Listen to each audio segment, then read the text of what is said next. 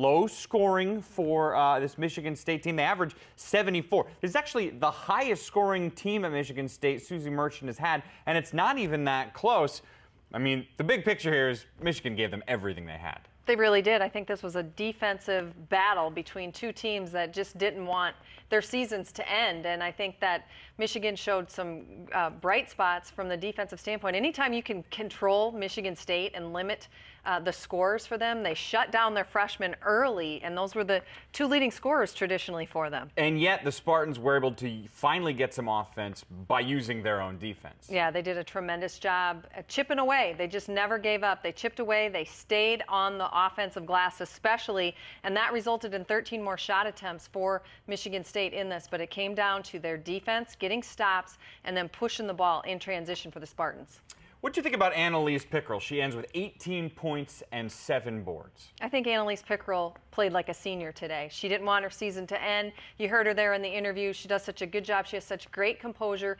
This is a player who impresses me because her first couple years in the Big Ten, she didn't really make much of an impact. She was a candidate for 6th Player of the Year last year. This year, and talking to her throughout the season, she just gets it. The light bulb went off for her, and I think she stepped into that leadership role. And, you know, I love her honesty. She's not afraid to tell you when the team is not getting along well or when their coach is chewing their tail. But she does, I think she stepped up for this team when they needed her to. She was obviously their offensive leader.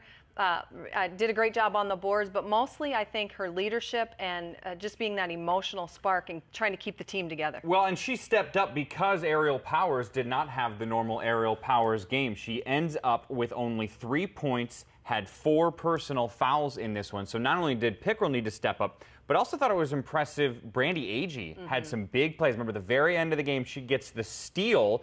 When they're down, they just take a 1-point lead, gets a steal, there's a full possession, she gets the rebound, puts it back up, gives them a 3-point lead. Yeah, that was huge. Probably the play of the game. Right after Tori Jankowska, another freshman, gets the go-ahead layup. So, you know, you talk about, it's interesting with this Michigan State team. You talk about Annalise Pickrel, Clarissa Bell, the senior leadership, but here you're going to take a look at the video, and this is it. I mean, this is the play of the game, in my opinion. Brandy Agee just works her tail off and outmuscles everybody for the offensive board to seal the deal for her team. It was a huge play.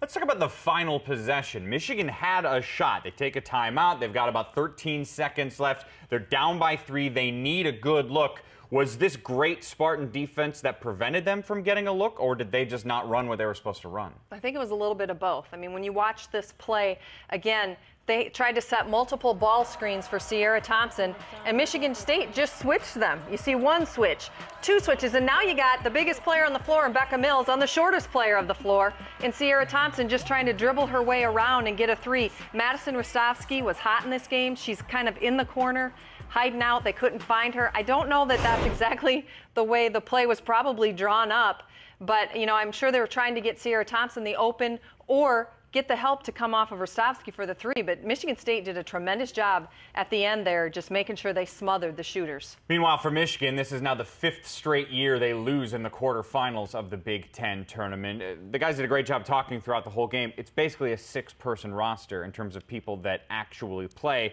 Nicole Elmblad fouls out with 5 minutes to go. A thin team got even thinner. Yeah, and I think that was significant for them in the end. And you could see the emotion in Nicole Elmblad's eyes as she sat on the bench trying to fight back tears. I think the thought was coming through to her head that this could be potentially my last game. But, you know, she didn't score a lot for Michigan, but she rebounded. And just having her presence on the floor makes a difference. And down the stretch, in a tight game like this, I think they missed her. Madison Rostovsky did pick up some slack, had 4 made 3-pointers, 18 points total.